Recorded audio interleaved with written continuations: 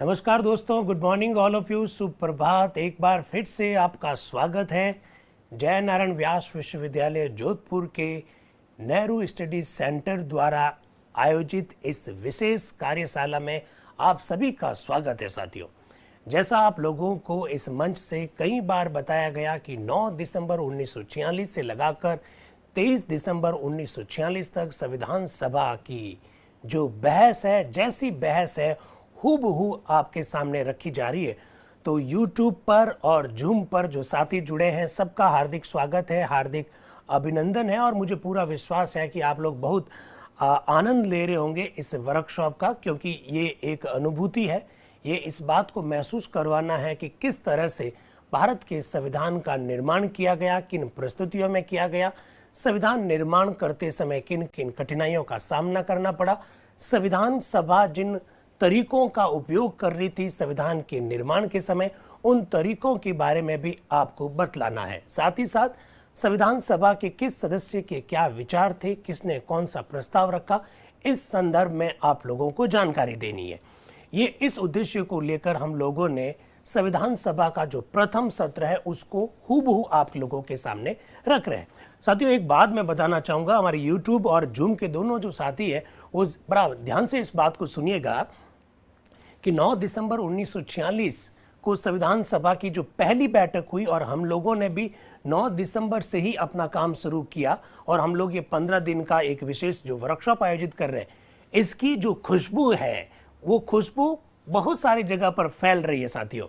और मैं आपको बताना चाहूँगा कि जैसे ही आज मैं बैठा था तो मैं आज लाइव लॉ एक ऐप है उसका मैं ऐप देख रहा था, तो उसमें भी ये एक कार्यक्रम शुरू किया गया है जिसके अंतर्गत अपने संविधान को जाने, और खासकर जो 9 दिसंबर 1946 को जो पहली बैठक हुई उस बैठक पर विस्तार से चर्चा की गई है। इसका सीधा सा मतलब है कि शायद हो सकता है कि लाइव लॉ वाले जो लोग हैं वे भी संविधान की हर बैठक पर चर्चा करना चाहते हैं। तो मेरा कहने का आशय यह है कि हम जो काम कर रहे हैं वो आप लोगों के सहयोग से, बिल्कुल आप लोगों का सहयोग बड़ा निर्णायक रहा है, और इतना जो प्रेम आप लोगों ने जतलाया, मैं कह सकता हूं कि ऑन एन एवरेज 20-22 हजार लोग अगर वीडियो को देख रहे हैं, YouTube पर देख रहे हैं, Zoom पर इतने साथी जुड़ रहे हैं, तो इसका मतलब खुशबू तो फैल रही है। और हम जो उद्देश्य से काम कर रहे हैं उस उद्देश्य में बहुत ज़्यादा आशा से बहुत ज़्यादा हमको सफलता मिल रही है। क्योंकि अगर हम अपनी बात को 10 लोगों तक, 15 लोगों तक, 20 लोगों तक भी कहने में अगर सफल हो जाते हैं, तो मैं सोचता हूं कि जिस तरह से सर्दियों में हमारा व्यास विश्वविद्यालय का नेहरू स्टडी सेंटर ये जो प्रयास कर रहा है, ये प्रयास फलीभूत हो जाएगा। लेकिन अगर 20 से 25 हजार लोग अगर डेली उस वीडियो को देख रहे हैं, तो इसका सीधा सा मतलब है बहुत स्नेह दे रहे हैं, बहुत प्रेम दे रहे हैं। मैं आपका बहुत बहुत आभार व्यक्त करता हूं इस स्नेह के लिए। मेरे YouTube के साथियों से का भी आभार व्यक्त करता हूं, और साथ ही साथ Zoom के जो साथी हैं उनका भी मैं आभार व्यक्त करता हूं। Zoom के साथियों ने कई सारे प्रश्न मुझसे पूछे हैं सर्टिफिकेट के बारे में। आज चिंता मत कीजिए, चूंकि आज 20 दिसंबर है और आप लोगों को जैसे बताया गया 20 दिसंबर 1946 को संविधान सभा की कोई बैठक नहीं हुई। लेकिन साथियों, मैंने आप लोगों से एक बात साझा की कि मैं चाहता हूं कि संविधान सभा के इतिहास के संदर्भ में, संविधान सभा के तथ्य जो भी थे वो आपके सामने ज़्यादा से ज़्यादा पहुंचे। इसी उद्देश्य को लेकर 20 दिसंबर 1946 को भले ही संविधान सभा की कोई बैठक नहीं हुई हो, लेकिन हमारी चर्चा अनवरत जारी है। आज आपकी इस चर्चा में आप लोगों के साथ बातचीत करने के लिए, संविधान सभा के संदर्भ में नए तथ्य रखने के लिए, संविधान सभा के संदर्भ में कुछ और हमारा मार्गदर्शन करने के लिए हमारे जय नारायण व्यास विश्वविद्यालय जोधपुर के इतिहास विभाग के सहायक आचार्य डॉक्टर भरत देवड़ा हमारे बीच में है। मैं सर का इस डिजिटल मंच से हार्दिक स्वागत करता हूं, हार्दिक अभिनंदन करता हूं। डॉक्टर भरत देवड़ा जी विश्वविद्यालय में कहीं अपनी सेवाएं दे रहे हैं, लेकिन विशेषकर अभी वर्तमान समय में जो रोवर रेंजर जो है उसके ग्रुप लीडर है आप विश्वविद्यालय के। और अभी हाल ही में विश्वविद्यालय के इतिहास में ऐसा पहली बार हुआ कि आपके नेतृत्व में जो स्काउट्स का जो रोवर जो रेंजर ग्रुप है उसका पहली बार एक स्थायी कार्यालय स्थापित किया गया। डॉक्टर भरत जी देवड़ा को मैं इस मंच के माध्यम से इस बात के लिए बधाई भी देना चाहता हूं।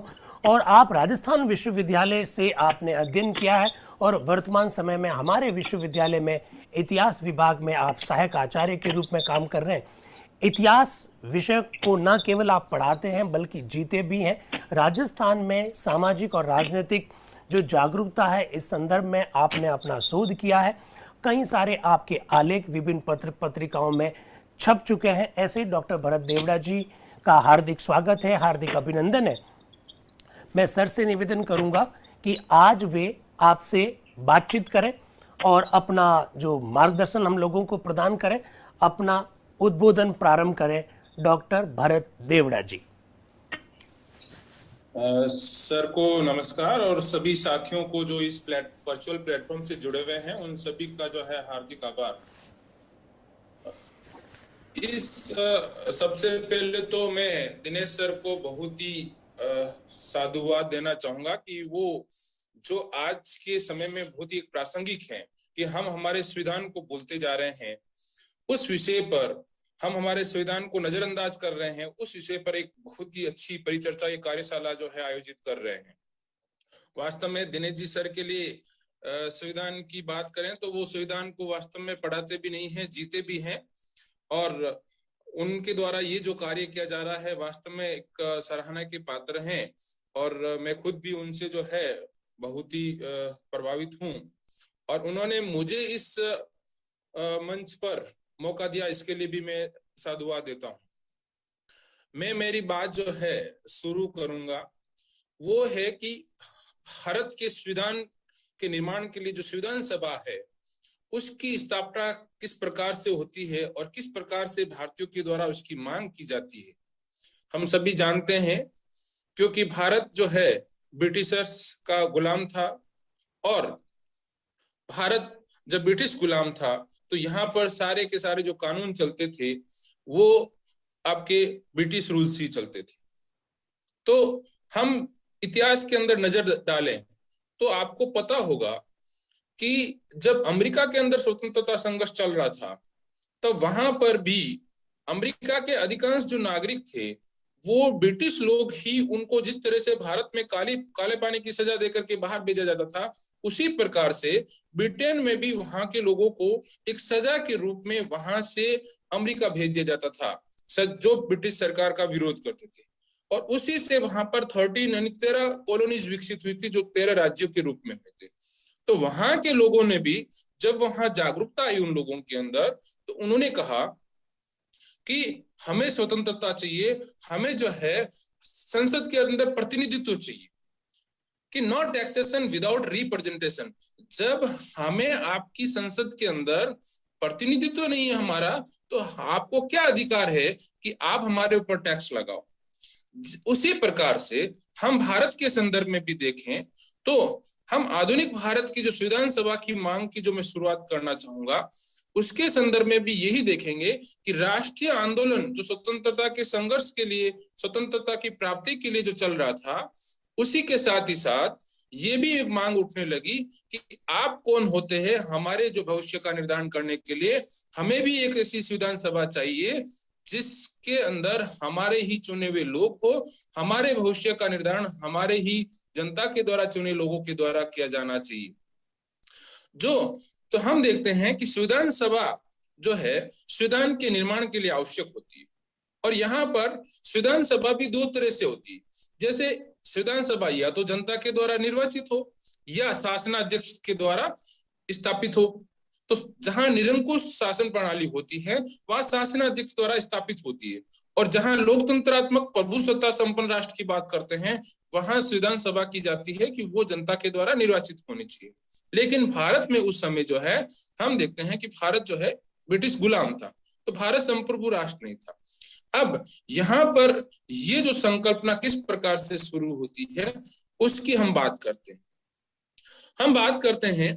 सर्वप्रथम हम देखते हैं कि जब भारत के अंदर राष्ट्रवाद का उदय हो रहा था, पुनर्जागरण की बात की जा रही थी, तब दयानंद सरस्वती अपनी पुस्तक सत्यार्थ प्रकाश में कहते हैं कि बुरे से बुरा स्वराज अच्छे से अच्छे विदेशी राज्य से भी अच्छा होता है। यानी हमारा स्वयं का राज्य, स्वयं का शासन, स्वयं का राज जो है भले ही कितना भी बुरा हो लेकिन वो विदेशी राज्य से तो अच्छा ही होता है। तो ये जो बात कह करके उन्होंने अप्रत्यक्ष रूप से ये बात कह दी कि हमें हमारा खुद का शासन चाहिए, और ये शासन किसके माध्यम से आएगा, कैसे आएगा, ये बात जो है हम देखते हैं कि एक संविधान सभा की बात कर रहे थे। भले ही वो इसमें संविधान सभा का डायरेक्ट वर्ड नहीं यूज किया गया है, क्योंकि स्वतंत्रता स्वराज से आती है और स्वराज संविधान सभा से आता है, यानी संविधान बनेगा तब स्वराज आएगा। तो इसी कड़ी में हम आगे बढ़ते हैं तो हम देखते हैं कि 1885 के अंदर भारतीय राष्ट्रीय कांग्रेस की स्थापना होती है, हम सब जानते हैं। और भारतीय राष्ट्रीय कांग्रेस की जो स्थापना हुई उसके अंदर उनके जो उद्देश्य थे, उनकी मांगे थी, उनमें एक प्रमुख मांग थी, वो थी कि हम जो है भारतीयों को विधान मंडल जो है, केंद्रीय विधान परिषदें वगैरह उस समय की जो थी, उनके अंदर अधिक से अधिक प्रतिनिधित्व मिले और इसके अलावा उनको अधिक शक्तियां मिले। तो ये जो मांग भारतीयों के द्वारा सबसे पहले कांग्रेस के द्वारा उठाई गई कि हमें जो है जो विधानमंडल है उनके अंदर भारतीयों को अधिक से अधिक प्रतिनिधित्व दिया जाना चाहिए, क्योंकि हमें भारतीयों को प्रतिनिधित्व ही नहीं है तो आप हमारे मामले में निर्णय करने वाले कौन होते हो। और इस मांग को पूर्ति करने के लिए हम देखते हैं कि 1898 के अंदर एक ब्रिटिश हाउस ऑफ कॉमन्स के सदस्य थे जो कांग्रेस के वार्षिक अधिवेशन 1898 के अंदर शामिल होते हैं, और उनका नाम था चार्ल्स ब्रेडलॉफ। और उन्होंने जिक्र किया था कि हम भारत के अंदर प्रतिनिधि संस्थाओं की शुरुआत करना चाहते हैं। उससे संदर्भ में उन्होंने एक प्रस्ताव पास किया, वहां पर प्रस्ताव रखा। हालांकि वो प्रस्ताव वो ब्रिटेन जाते हैं और वहां पर 1891 के अंदर उनकी जो है मृत्यु हो जाती है, जिसकी वजह से उस प्रस्ताव के अंदर जो उन्होंने कहा कि हम प्रतिनिधि संस्थाओं का विकास करना चाहते हैं। यहाँ प्रतिनिधि संस्थाओं का विकास का मतलब ही है कि भारत के भविष्य के निर्धारण के लिए ऐसी कोई संस्थाएं बनाना चाहते हैं, और जो कि एक तरह से हम बात करें कि भारत के भविष्य के निर्धारण के लिए यदि कोई प्रतिनिधि संस्था होती है तो सीधी सी बात है कि संसद जैसी संस्था, यानी जहां हमें प्रतिनिधित्व मिले अधिक से अधिक। और यही जो क्रम हुआ था, इन्हीं के प्रयासों के परिणाम स्वरूप 1892 के अंदर इंडिया काउंसिल एक भारतीय परिषद अधिनियम एक आता है, और उस अधिनियम के अंदर यह कहा जाता है कि हम भारतीयों को विधान परिषदों के अंदर अधिक से अधिक प्रतिनिधित्व देना चाहते हैं, और प्रतिनिधित्व देने की बात भी इसके अंतर्गत कही गई। इसके अलावा भारतीयों को बजट पर बहस करने वगैरह के भी कुछ अधिकार प्रदान किए गए। लेकिन यहां हम जो देखते हैं कि 1885 से 1905 यानी 1905 तक कांग्रेस में उदारवादी जो दल था, जिसके अंदर हम दादा भाई नौरोजी, गोपाल कृष्ण गोखले, इन सब के नाम जानते हैं, इनका वर्चस्व था। ये लोग संवैधानिक तरीकों से एक वैधानिक जो है अपने मर्यादाओं के अंदर रह करके जो है उदार तरीकों से जो है भारतीयों को अधिक से अधिक अधिकार प्राप्त कराने के पक्षधर थे। लेकिन दूसरा एक धड़ा जो था उग्रवादी विचारधारा, जिसके अंदर हम लाल, बाल और पाल का नाम सुनते हैं। जो बाल गंगाधर तिलक थे, उन्होंने जो है हम सबसे पहले वो देखते हैं कि उन्होंने इस एक्ट का विरोध किया, और उन्होंने कहा कि ये उदारवादी जो विचारधारा वाले लोग थे, उन्होंने कहा कि ये जो 1892 का एक्ट है जो लेके आए हैं, इसमें हमें कुछ ज्यादा कुछ मिलने वाला नहीं। उन्होंने कहा कि हमें विधान परिषदों के अंदर गैर सरकारी सदस्यों को बहुमत होना चाहिए। इस बात को आप नोट करें कि गैर सरकारी सदस्य, यानी क्योंकि जो नॉमिनेट होते थे ब्रिटिश सरकार के नुमाइंदे थे, तो हमें सरकारी नुमाइंदे नहीं चाहिए, क्योंकि सरकारी नुमाइंदे तो सरकारी ही बात करेंगे, उन्हीं के पक्ष की बात करेंगे। तो उन्होंने कहा कि हमें गैर सरकारी जो है सदस्य चाहिए, उनका बहुमत होना चाहिए। दूसरा, उन्होंने कहा कि हमें बजट पर मतदान करने का अधिकार हो, और सार्वजनिक कोष जो है उस पर भी नियंत्रण का अधिकार हमें होना चाहिए। और उन्होंने जो हमने कहा था कि यूएसए के अंदर वहां के लोगों ने जो नारा दिया था, वही नारा तिलक यहां पर देते हैं कि बिना प्रतिनिधित्व के कर नहीं, यानी नो टैक्सेशन विदाउट रिप्रेजेंटेशन। तो यहां पर उन्होंने कहा कि ब्रिटिश सत्ता जो है वो भारतीयों के प्रति उत्तरदायी नहीं है, वो तो ब्रिटिश संसद के प्रति उत्तरदायी है। और जो ब्रिटिश संसद के प्रति उत्तरदायी हैं वो ब्रिटिश हितों की रक्षा की बात करेंगे, भारतीयों के हितों की रक्षा की बात नहीं करेंगे। इसलिए हम जो देखते हैं कि तिलक इसी समय राजनीतिक स्वतंत्रता के लिए स्वराज प्राप्ति पर बल देते हैं। वो कहते हैं कि राजनीतिक स्वतंत्रता के लिए हमें स्वराज की स्थापना करनी होगी, और उन्होंने सर्वप्रथम भारत के अंदर एक ऐसा मसौदा विधेयक लेके आते हैं जिसे 1895 के अंदर उन्होंने एक मसौदा तैयार किया था विधेयक का, जिसे संविधान अधिनियम भी कहा गया, जिसे स्वराज बिल भी कहा गया। ये जो विधेयक था, उन्होंने कहा स्वतंत्रता के लिए स्वराज जरूरी है और स्वराज के लिए संविधान सभा जरूरी है। इस बिल के अंदर ये बात कही गई, और उनके इस बिल जो तिलक के द्वारा तैयार किया गया था, उसको एनी बिसेंट ने स्वराज बिल या होम रूल बिल 1895 का नाम दिया था। और इस बिल को संविधान अधिनियम भी कहा गया, क्योंकि भारत के अंदर सर्वप्रथम इसी बिल के अंदर स्पष्ट रूप से संविधान सभा की मांग की गई थी कि हमें जो है संविधान सभा चाहिए। हम आगे बढ़ते हैं तो हम देखते हैं कि धीरे धीरे वैश्विक स्थितियां भी बदलती रहती है। कांग्रेस के अंदर भी उग्रवादियों का जो है दबदबा बढ़ने लगता है। इधर 1900 के अंदर ऑस्ट्रेलिया और 1909 के अंदर दक्षिण अफ्रीका के अंदर औपनिवेशिक प्रभुसत्ता ब्रिटिश शासन के द्वारा दी जाती है, क्योंकि वहां पर भी ब्रिटिश उपनिवेश था। और फिर हम जो देखते हैं कि फर्स्ट वर्ल्ड वॉर शुरू होता है। प्रथम विश्व युद्ध जब शुरू होता है तो हम देखते हैं कि ब्रिटिश सरकार को चाहिए भारतीयों का समर्थन युद्ध के अंदर विजय प्राप्त करने के लिए, और उस समर्थन को प्राप्त करने के लिए उनको भारतीयों को कुछ न कुछ जो है ऐसा लुभावना कुछ घोषणा या कुछ उनके साथ में वादा करना था। और उन्होंने इसी समय हम जो देखते हैं कि वाइसराय जो लॉर्ड होस्टिंग्स थे, उन्होंने भारतीयों को आश्वासन दिया कि हम भारतीयों के लिए आत्मनिर्णय का सिद्धांत अपनाया जाएगा। यानी आत्मनिर्णय का मतलब भारतीय स्वयं का निर्णय स्वयं करेंगे, ऐसा कोई सिद्धांत हम अपनाएंगे। और हालांकि उग्रवादी विचारधारा वाले लोगों को इन ब्रिटिशर्स के ऊपर विश्वास नहीं था, और इसी वजह से हम देखते हैं कि इस समय तिलक के द्वारा होम रूल आंदोलन भी चलाया जाता है, स्वशासन की स्वराज की मांग को लेकर के। और वो यहां तक कहते हैं कि स्वराज्य मेरा जन्मसिद्ध अधिकार है और मैं उसे लेकर रहूंगा। तो और हम जो देखते हैं कि कांग्रेस में इस समय स्वराज के लिए सत्याग्रह शुरू होता है। इस होम रूल को एनी बिसेंट ने भी अपने स्तर पे एक अलग होम रूल स्वराज के लिए चलाती है। और इसी कड़ी के अंदर इधर वर्ल्ड वार चल ही रहा था, मॉन्टेक्यू घोषणा आती है 1917 के अंदर, 1917 20 अगस्त 1917 को एक मॉन्टेक्यू घोषणा की जाती है। उसमें भी वही बात की जाती है, क्योंकि ब्रिटिशर्स चाहते थे कि इधर वर्ल्ड वाइड प्रथम विश्व युद्ध चल रहा है और भारतीय जो विषय है वो शांत रहे, भारतीय लोग है वो शांत रहे, ये हमारे लिए एक समस्या खड़ी नहीं करें। इसलिए उन्होंने ये वापस कहा कि हम भारत के प्रशासन के लिए, भारत की जनता के लिए एक ऐसी विभिन्न संस्थाएं स्थापित करना चाहते हैं जिसमें भारतीयों की अधिक से अधिक भागीदारी होगी। और वो हालांकि उन्होंने ये भी कहा कि ये जो संस्थाएं स्थापित करना चाहते हैं वो ब्रिटिश साम्राज्य के साथ में जुड़ी रह करके काम करेगी। यानी कहीं ना कहीं उनको भारतीयों के मन की ये बात पता चलने लग गई कि भारतीयों को एक प्रतिनिधि संस्था तो देनी पड़ेगी जिसमें भारतीयों का प्रतिनिधित्व हो।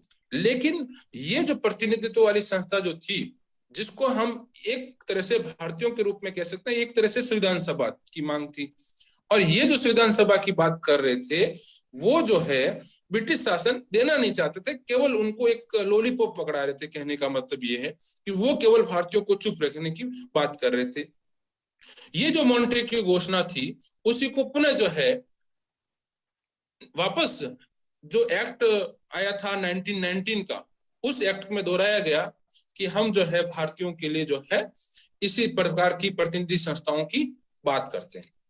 और जैसे ही हम देखते हैं कि फर्स्ट वर्ल्ड वॉर समाप्त होता है और पेरिस शांति सम्मेलन की बात की जाती है, और इसी समय ब्रिटिश राष्ट्रपति वुड्रो विल्सन और ब्रिटिश प्रधानमंत्री लॉर्ड जॉर्ज उन्होंने घोषणा की थी कि दुनिया में भविष्य की शांति सुनिश्चित करने के लिए आत्मनिर्णय का सिद्धांत लागू किया जाना चाहिए।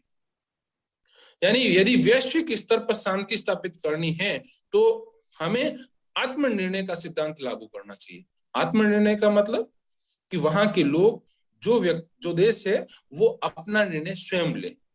यही जो ब्रिटिश प्रधानमंत्री लॉर्ड जॉर्ज थे, जहां एक तरफ कह रहे थे कि आत्मनिर्णय का सिद्धांत लागू होना चाहिए, वहीं दूसरी तरफ यदि हम भारत के अंदर देखें तो वहां पर उल्टा था। वहां भारतीयों को आत्मनिर्णय करने का अधिकार ही नहीं था, क्योंकि उनके लिए प्रतिनिधि संस्थाएं थी नहीं, और थी तो उनके अंदर भारतीयों को बहुमत के रूप में प्रतिनिधित्व नहीं था, और ज्यादातर मनोनीत थे तो वो भी ब्रिटिश नुमाइंदे थे जो ब्रिटिश हितों की बात करते थे। और इसी बात को लेकर के एनी बिसेट ने दिसंबर 1918 के कांग्रेस अधिवेशन दिल्ली के अंदर उसी सेम जो घोषणा की गई थी लॉर्ड जॉर्ज के द्वारा, उस आत्मनिर्णय के सिद्धांत का एक प्रस्ताव लेके आई कि हमें भी जो है प्रस्ताव पास किया गया कि हमें भी जो है हमारे संविधान निर्माण के लिए स्वतंत्रता होनी चाहिए। आत्मनिर्णय का सिद्धांत जो है वहां पर पास किया जाता है।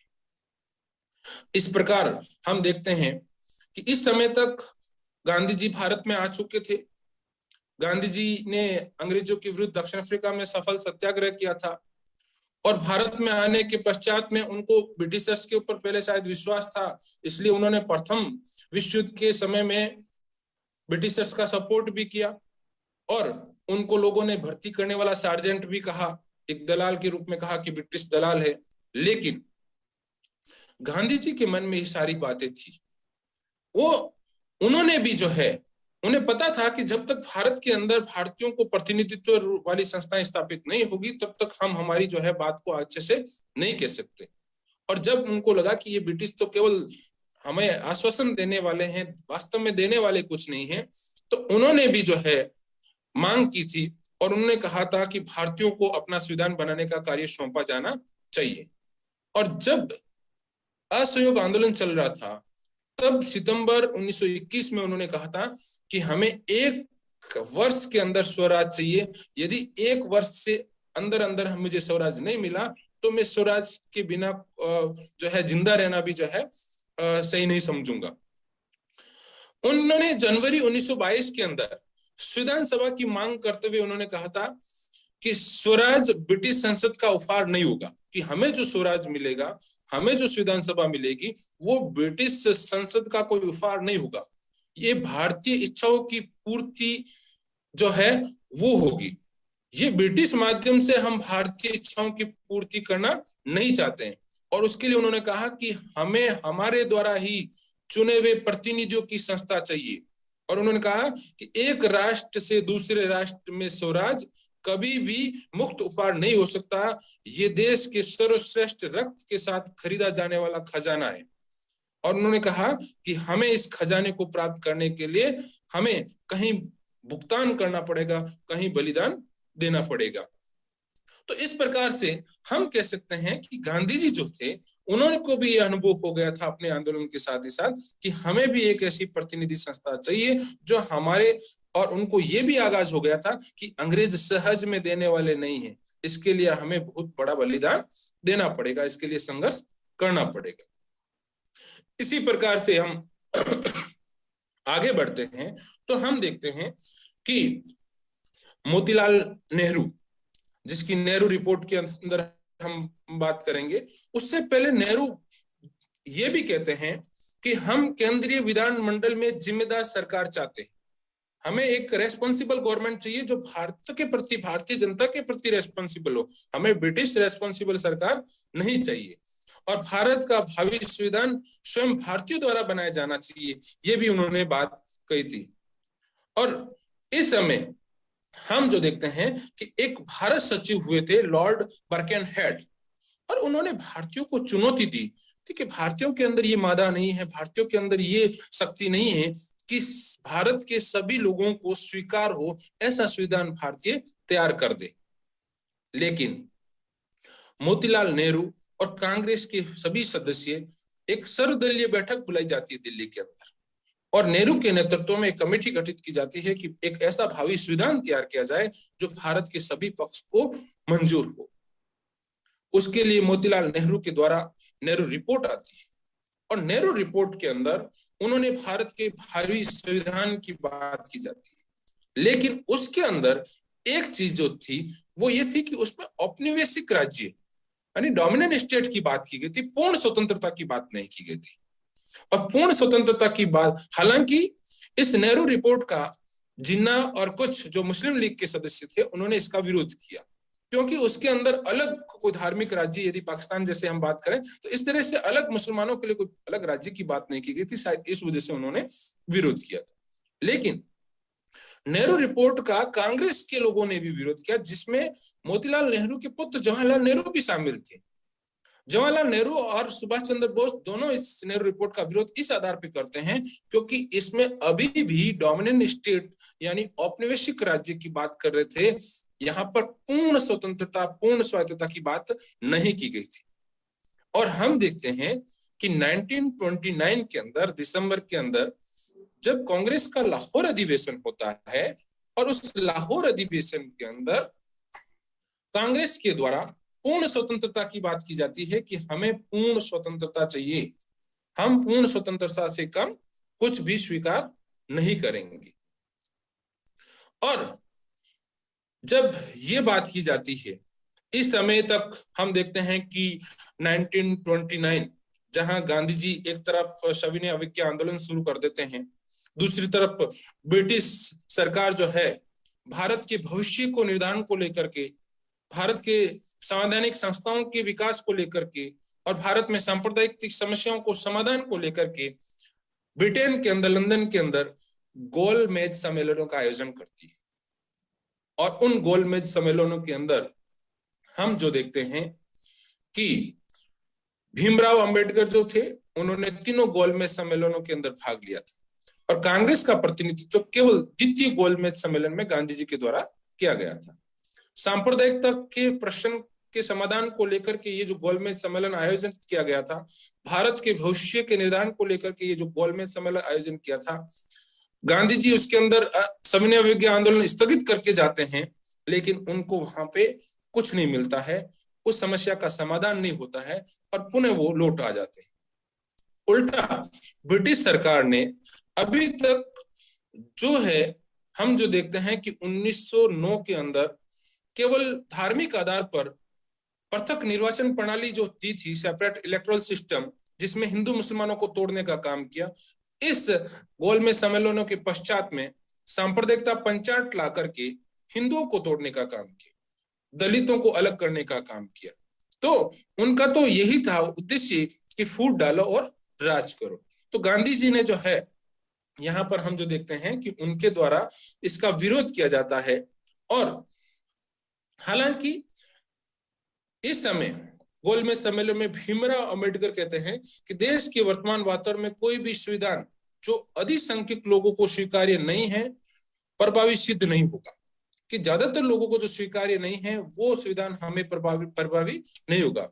यदि आप चाहते हैं कि नया संविधान प्रभावशाली और चिरस्थायी हो तो उस संविधान की प्रमुख बातें कोरे तर्क वितर्क पर नहीं बल्कि जनता की राय के आधार पर तय होनी चाहिए।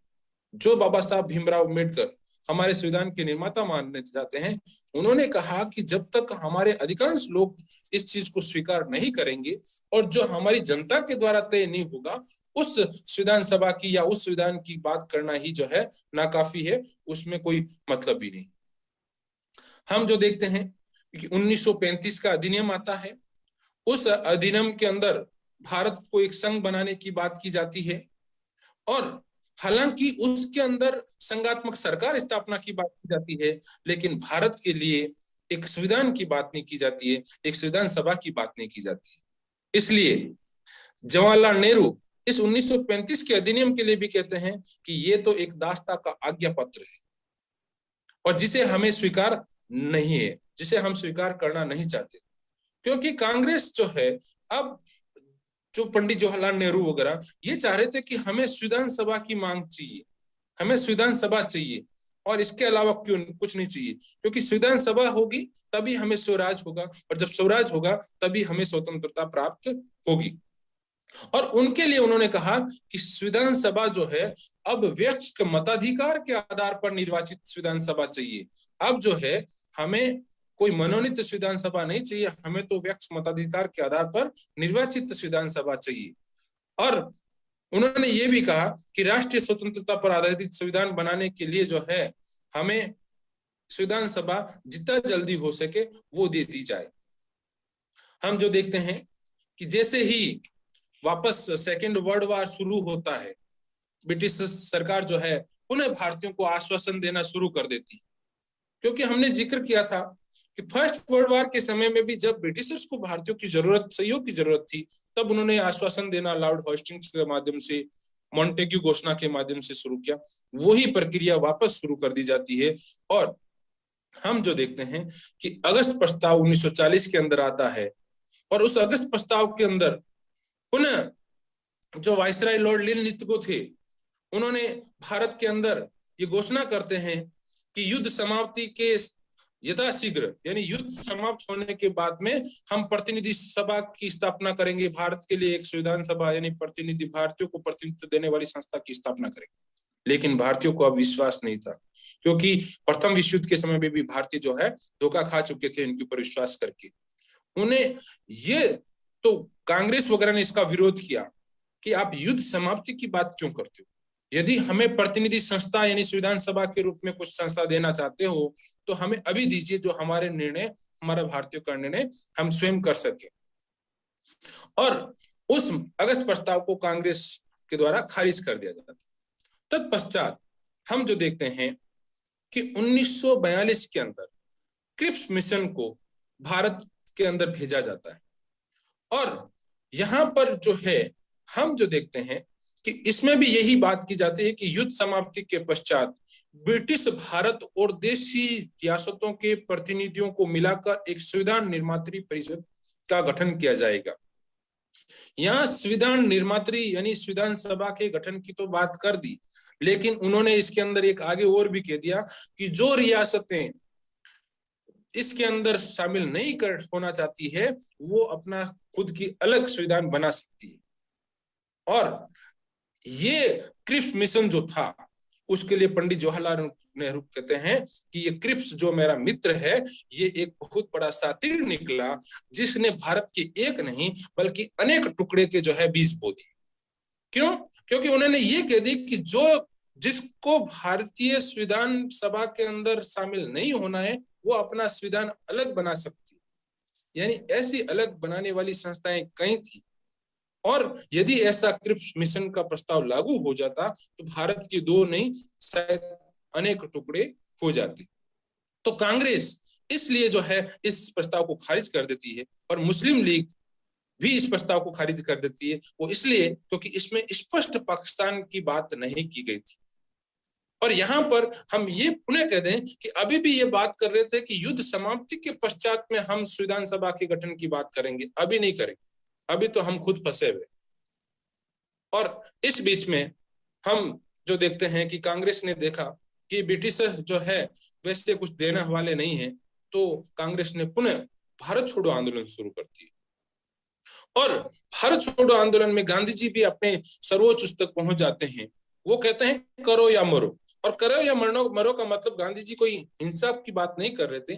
करो या मरो का मतलब यह है कि ये हमारा आखिरी जो है आंदोलन होना चाहिए, और इस आंदोलन के माध्यम से हम हमारे जो है स्वतंत्रता तक पहुंच सकें। जब भारत के अंदर क्रिप्स मिशन के भेजने के बावजूद भी कोई समाधान नहीं होता है, तो हम देखते हैं कि 1945 के अंदर वेवेल योजना लाई जाती, और वेवेल योजना के अंदर ये कहा गया कि वायसराय की कार्यकारिणी, जो वायसराय का एक तरह से मंत्रिमंडल है, उस वायसराय की कार्यकारिणी का पुनर्गठन किया जाएगा, सांप्रदायिक समस्या का समाधान किया जाएगा, लेकिन उसके अंदर यह कहा गया कि वायसराय की कार्यकारिणी के अंदर हिंदू और मुसलमानों को बराबर बराबर अधिकार दिया जाएगा, बराबर बराबर सीटें दी जाएगी। और ये वो जो बात थी, ये भी जो है भारत के विभाजन की तरफ बढ़ने वाले के लिए आग के अंदर घी डालने का काम किया। क्यों? क्योंकि हम देखते हैं कि इस विवेल योजना के आधार पर शिमला कॉन्फ्रेंस आयोजित किया जाता है, और शिमला कॉन्फ्रेंस में जिन्ना इस बात पर अड़ जाते हैं कि जो सारे के सारे मुस्लिम प्रतिनिधि आएंगे वो केवल न केवल जो है मुस्लिम लीग के सदस्य, मुस्लिम लीग के प्रतिनिधि होंगे, जबकि कांग्रेस ये नहीं चाहती थी। कांग्रेस चाहती थी कि हम जो है संपूर्ण भारत की संस्था है, संपूर्ण धर्म की संस्था है, भारत के अंदर रहने वाले सभी लोगों की संस्था है, इसलिए ये नहीं होगा कि मुस्लिम प्रतिनिधि जो सारे के सारे मनोनीत होंगे वो लीग के ही होंगे। तो कांग्रेस ने अपने नाम भी भेजे जिसके अंदर मुस्लिम प्रतिनिधियों के भी नाम थे, और इसी बात को लेकर के जिन्ना अड़ गए और शिमला कॉन्फ्रेंस जो था वो भी जो है विफल हो जाता है। उसमें भी जो कुछ निकल के सामने नहीं आता है।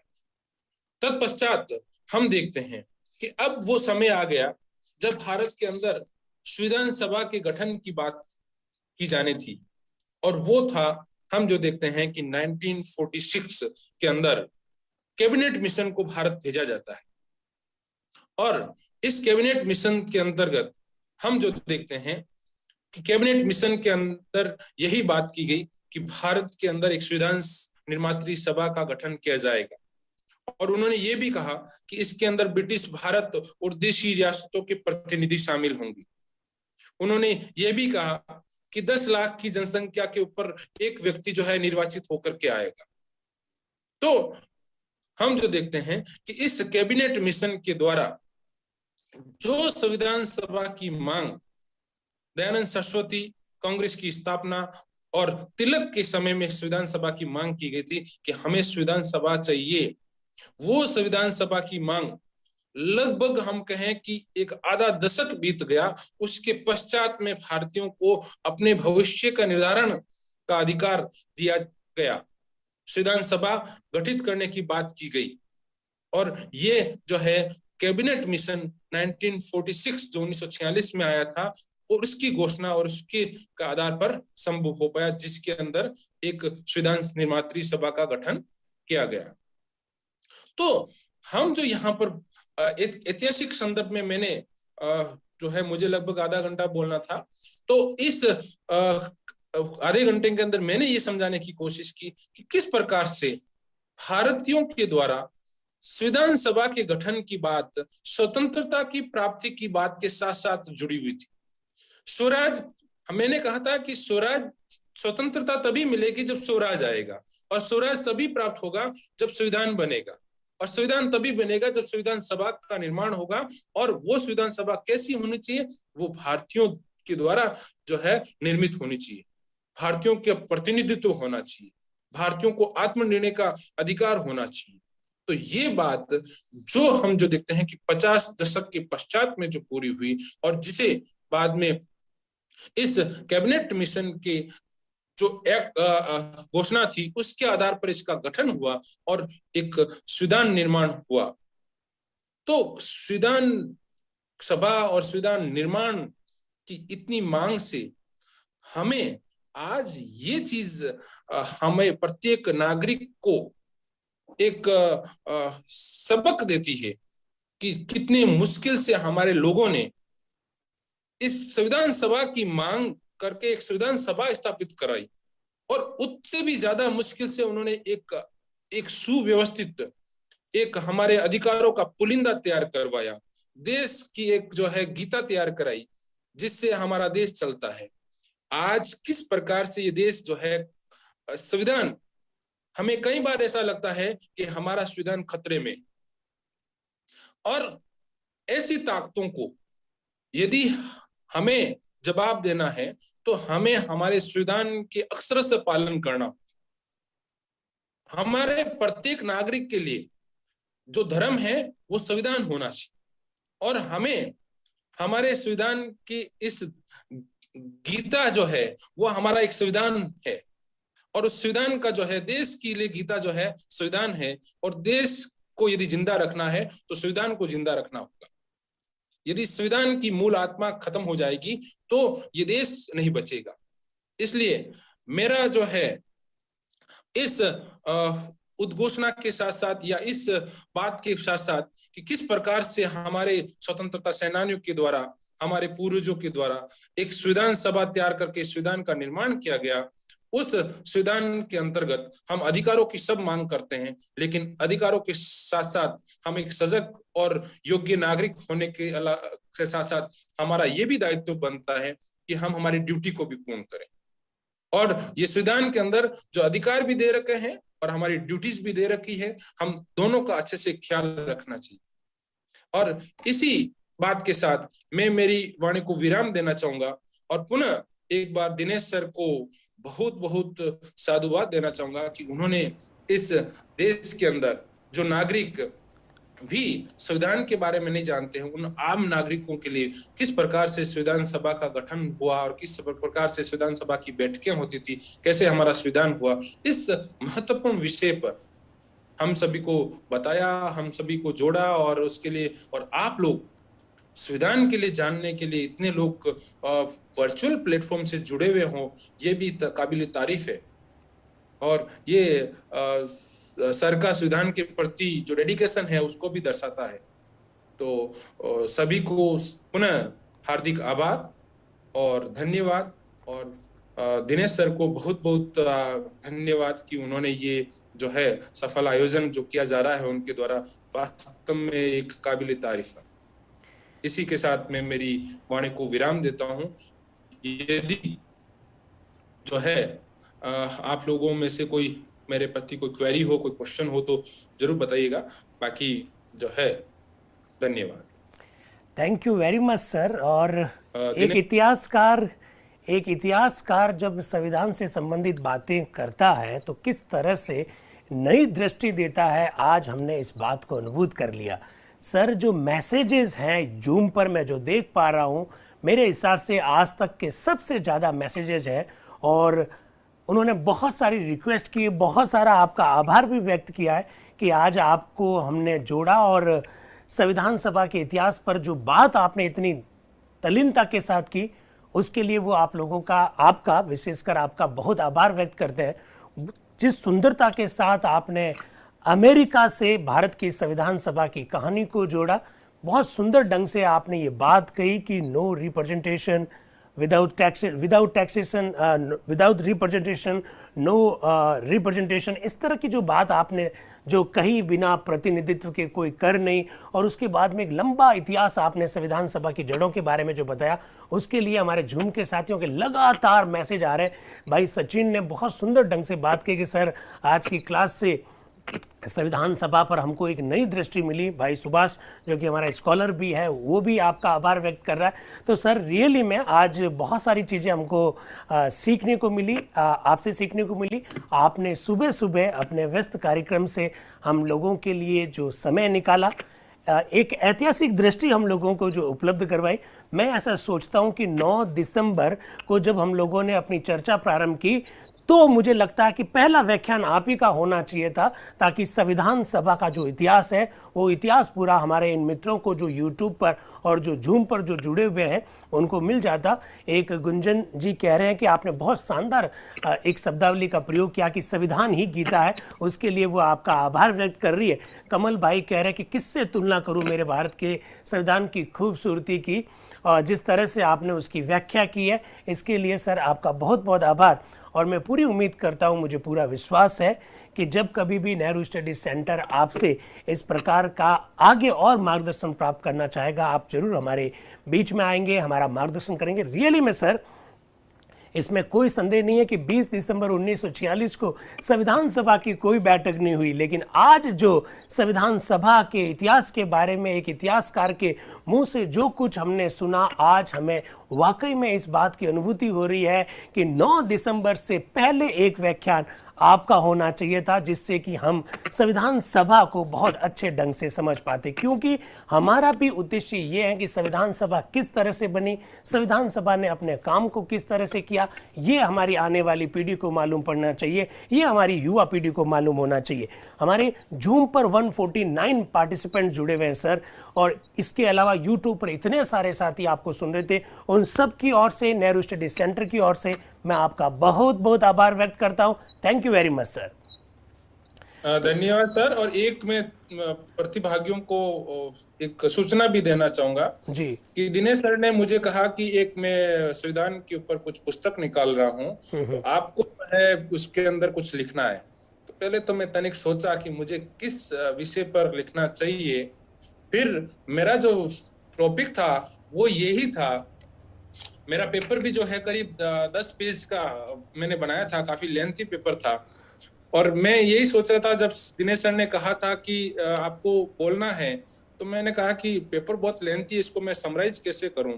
हालांकि काफी कुछ इस पे और भी बातें हो सकती थी, लेकिन मैं काफी कुछ चीजें स्किप कर गया क्योंकि मुझे टाइम का थोड़ा बाउंडेशन था। और मेरा जो पेपर में बता रहा था कि आधुनिक भारत में संविधान सभा की अवधारणा का विकास, यही पेपर मैंने दिनेश सर की पुस्तक के लिए दिया है, जो शायद आपके सामने समक्ष जब भी वो पब्लिश होके आएगी तो आप सभी के हाथों में होगी, तब आप इसको और ज्यादा डिटेल से जान सकोगे।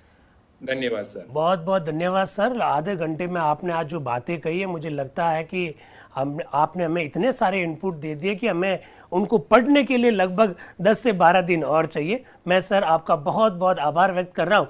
एक ने टिप्पणी की है कि आज सर आपने आज इतिहास और राजनीति को जोड़कर बहुत ही अनोखे ढंग से समझा दिया। तो सर, विद्यार्थियों की ओर से, हमारे इन मित्रों की ओर से आपका बहुत बहुत आभार।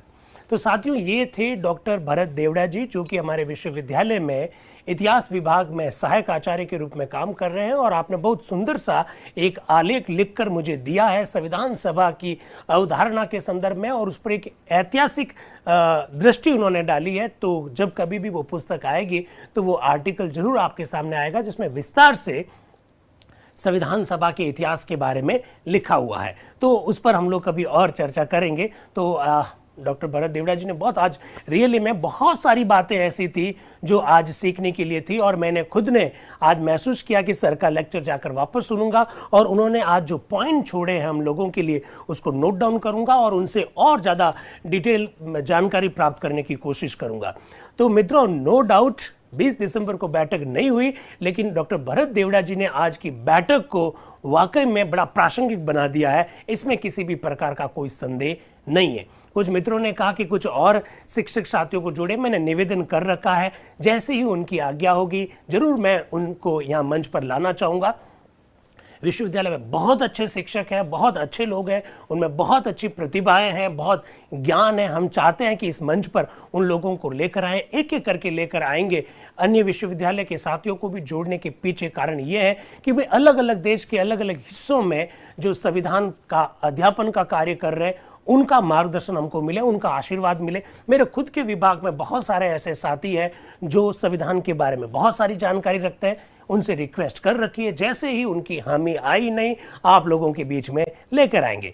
साथियों, आज हमको इतनी ही बात करनी थी, लेकिन 2-3 बातें कहकर मैं अपनी बात को समाप्त करूंगा। एक, मुझसे लगातार प्रश्न पूछा गया कि सर हमारा सर्टिफिकेट का क्या है। तो सर्टिफिकेट का क्या है, सर्टिफिकेट का पूरा प्रारूप बन चुका है। अब तो केवल नाम टाइप करने रहे हैं। 21, 22 और 23, 3 दिन और इंतजार कर लीजिए। 23 तारीख तक हम देख लेंगे कि कितने सारे मित्र जो हैं, कितने सारे जो प्रतिभागी है, जो सक्रिय है, और अटेंडेंस आपको बता रखी है, नियम क्या है वो बता रखा है। रजिस्ट्रेशन काफ़ी लोग उगे हुए, लेकिन आते जाते रहते हैं। लेकिन स्क्रीन पे जो हमें दिखाई दे रहे हैं, लगातार दिखाई दे रहे हैं, हमारे पास इतनी लॉजिस्टिक बड़ी शानदार उत्कर्ष के सहयोग से हम लोगों को मिल रहा है कि हमको बिल्कुल पता है कि कौन मित्र कब कब जुड़ा है। पूरी बिल्कुल उनकी अटेंडेंस होती है, और अगर आप कहें तो समय निकाल कर बता सकते हैं कि किनका मोबाइल किस समय ऑन था, किनका वीडियो ऑन था। इतनी तो तकनीक यहाँ पर विकसित हो रखी है, तो इसकी आप चिंता मत कीजिएगा। सर्टिफिकेट आपको बिल्कुल मिलेगा।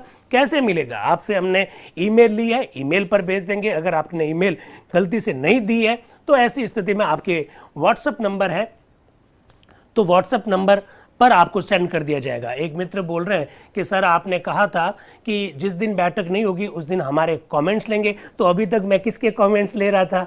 अभी तक मैं आप लोगों के ही तो कमेंट्स ले रहा था।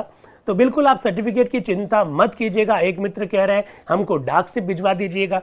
मेरा विश्वविद्यालय में इतना पैसा नहीं है भाई, कहाँ घर के पैसों से सब कुछ हो रहा है भाई। पहले जब हमने 3 वेबिनार किए 27,000 रुपये जेब से देने पड़े, और ये जो वेबिनार कर रहे हैं वो उत्कर्ष के सहयोग की वजह से हो पा रहा, नहीं तो पैसे कहाँ है। पैसे नहीं है। तो आप जरा सोचिएगा 250, 300, 400 लोगों को कैसे सर्टिफिकेट भेज पाएंगे बाई पोस्ट, और ऊपर से वो हरियाणा के हैं तो ऊपर से कह रहे सर मैं हरियाणा का हूं तो बाई पोस्ट भेज दीजिएगा। ऐसा संभव नहीं हो पाएगा। और आजकल तो जमाना डिजिटल आ गया है, तो आप लोगों को हम भेज देंगे, चिंता मत कीजिए, मेल के थ्रू भेज देंगे।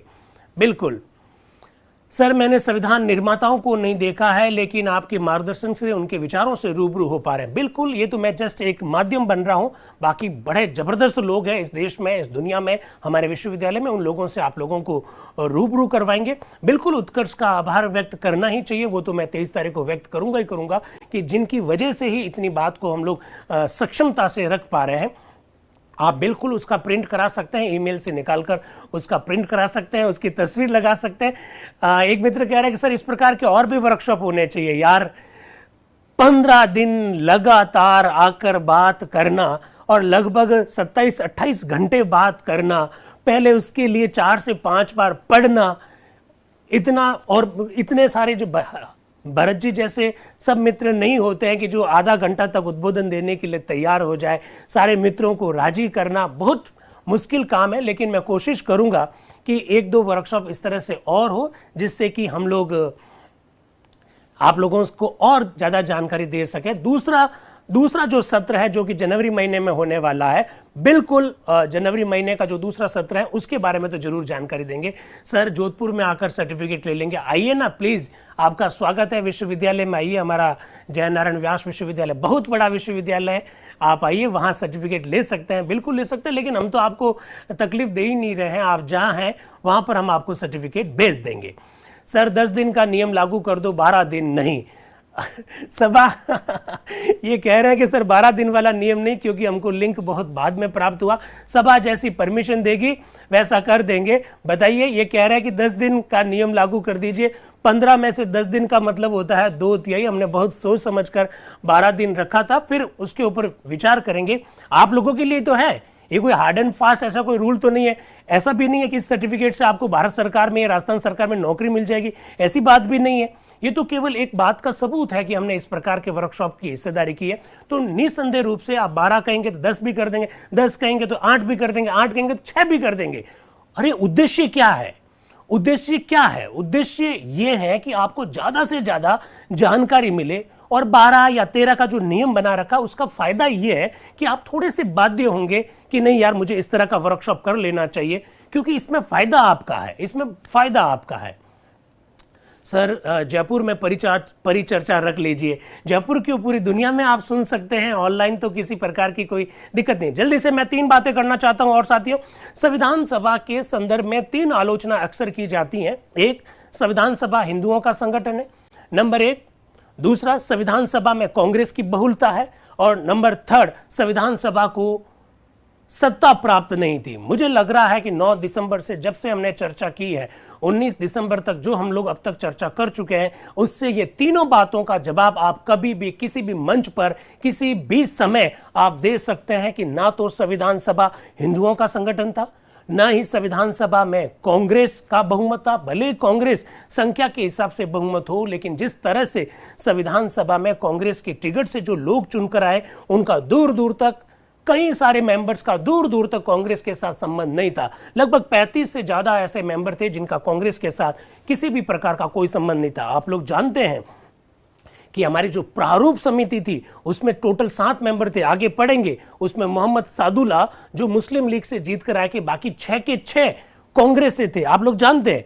लेकिन आप लोग ये भी जानते हैं कि राजस्थान में एक बार प्रश्न पूछा गया कि संविधान सभा में एकमात्र कांग्रेसी सदस्य कौन थे, और हमने KM मुंशी लिखे। तो फिर बाकी 5 कौन थे? मोहम्मद सादुल्ला मुस्लिम लीग से थे, KM मुंशी जी कांग्रेस से थे, तो बाकी 5 कौन थे? बाकी 5 भी तो कांग्रेसी थे, लेकिन उनका मूलतः कांग्रेस के साथ कोई संबंध नहीं था। 35 से ज्यादा लोग ऐसे थे जिनका कांग्रेस के साथ कोई संबंध नहीं था। डॉक्टर BR अम्बेडकर साहब हो, चाहे एंथोनी साहब हो, चाहे जयपाल सिंह जी साहब हो, चाहे डॉक्टर श्यामा प्रसाद जी मुखर्जी साहब हो, चाहे सोमनाथ लाहिरी जी हो, इनका कोई कांग्रेस के साथ संबंध नहीं था। इसलिए यह आरोप भी खारिज किया जा सकता है। तीसरी बात, संविधान सभा के पास सत्ता थी कि नहीं थी, इसका जवाब तो इतने दिनों से संविधान सभा के खुद के ही सदस्य प्रथम सत्र में ही दे रहे हैं। तो मुझे लगता है कि इन तीनों आलोचनाओं में कोई दम नहीं है। तो चर्चिल भी गलत है, साइमन भी गलत है, और वे सारे लोग जो कॉमन सभा में और लॉर्ड सभा में भारत की संविधान सभा पर अनाप शनाप जो बयान कर रहे हैं वो सारे लोग गलत है। इतने 10-12 दिन से कम से कम आपको इस बात का एहसास हो ही गया होगा कि जब हम कभी भी ये बात करते हैं कि नहीं साहब संविधान सभा कांग्रेस का संगठन नहीं था, तो ये ढूंढा जाता कि सर कहीं कांग्रेस के प्रति झुकाव तो नहीं रखते हैं। जब हम लोग कहते हैं कि संविधान सभा हिंदुओं का संगठन नहीं था, तो कभी कभी मन में प्रश्न आता अरे सर का झुकाव हिंदुओं के प्रति है। कभी कभी कहते हैं कि संविधान सभा के पास सत्ता थी, तब फिर किसका ख्याल आता होगा। तो इन सब बातों में कोई दम नहीं है। बिल्कुल आपको जैसी परिस्थितियां थी वैसी की वैसी परिस्थितियां संविधान सभा के 19 सदस्यों के मुंह से आपको सुना दी गई है। 21, 22 और 23 3 दिन हम लोग और चर्चा करेंगे। इसके बाद हमारा पहला सत्र जो है वो खत्म हो जाएगा। तो मैं सोचता हूं कि आज के लिए इतना काफी है। 150 लोग जूम पे जो जुड़े हुए, मैं दिल से आपका आभार व्यक्त करता हूं। यूट्यूब के मित्रों का भी बहुत आभार व्यक्त करता हूं कि आप लोगों इतना स्नेह दे रहे हैं। हम लोग जो काम कर रहे हैं उसके प्रति जो आप स्नेह दिखा रहे हैं, ये हमारे काम के प्रति आपकी ये जो मोहर है, बिल्कुल आपकी ये मोहर है। कह रहे हैं कि सर सर्टिफिकेट के संदर्भ में थोड़ा सा लीनियंट हो जाइए। अरे चिंता मत कीजिए, सर्टिफिकेट की आप चिंता मत कीजिए, फिलहाल आप इस वर्कशॉप का आनंद लीजिए। तो thank you very much and wish you all the best. Thank you.